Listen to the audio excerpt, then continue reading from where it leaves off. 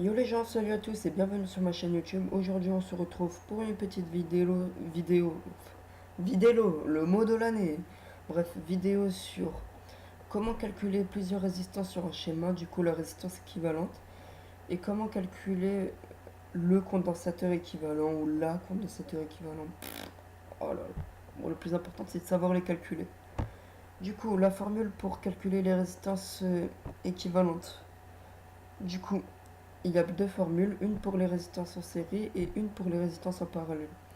La formule pour les résistances en série, c'est R1 plus R2. En gros, résistance équivalente est égale à R1 plus R2. Pour les résistances en parallèle, la formule, c'est résistance équivalente est égale à R1 fois R2 sur R1 plus R2. Rien de plus facile. Du coup, là, on a deux résistances en série, donc R1 et R2. Bon, on applique la formule résistance équivalente est égale à R1 plus R2, ce qui nous donne 12 ohms plus 50 ohms, qui va nous faire 62 ohms. Ensuite, pour les résistances en parallèle, on applique la formule résistance équivalente est égale à R1 fois R2 sur R1 plus R2, ce qui va nous donner 50 ohms fois 12 ohms sur 50 ohms plus 12 ohms, ce qui va nous donner 600 ohms sur 62 ohms, qui nous donne 9,6 ohms. Pour calculer les condensateurs équivalents, on a deux formules, une pour les condensateurs en série et une pour les condensateurs en parallèle, ce qui va nous donner en série C1 fois C2 sur C1 plus C2, et pour les condensateurs en parallèle, C équivalent est égal à C1 plus C2. On applique la formule, du coup, C équivalent est égal à C1 fois C2 sur C1 plus C2, là les condensateurs en série. Ce qui va nous donner 50 microfarads fois 100 microfarads sur 50 plus 100, ce qui nous donne 5000 microfarads sur 150, qui va nous donner environ, si j'ai dit un tout dans le genre, enfin, environ 33,3333 microfarads. Et pour les condensateurs en parallèle, c'est une simple addition. Du coup, c'est équivalent égal à C1 plus C2, ce qui nous donne 50 microfarads sur plus 100 microfarads. Pardon. Ce qui va nous donner 150 microfarads. Du coup, là, on a un petit exercice. N'hésitez pas à arrêter la vidéo si vous voulez le faire. C'est un exercice très, très, très, très, très simple. Du coup, si vous voulez le faire tout seul, faites-le. Si vous voulez le faire avec moi, bah, faites-le. Faites-le.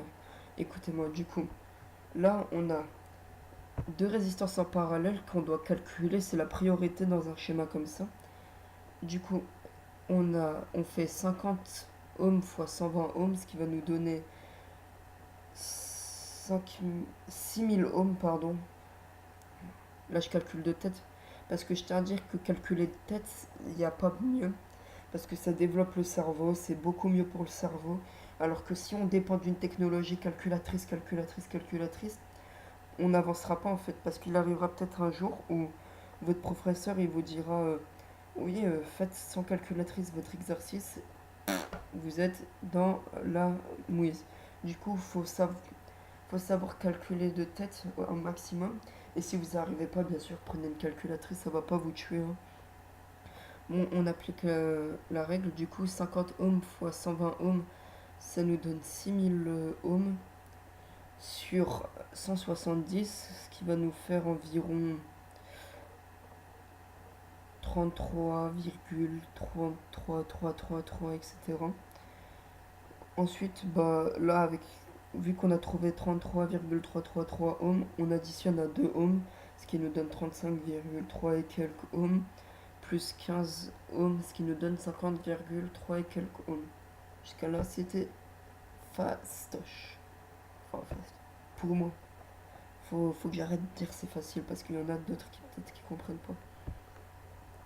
Du coup, là, un exercice pour les condensateurs. Bah, si vous voulez le faire tout seul, faites-le. Si vous voulez le faire avec moi, bah faites-le.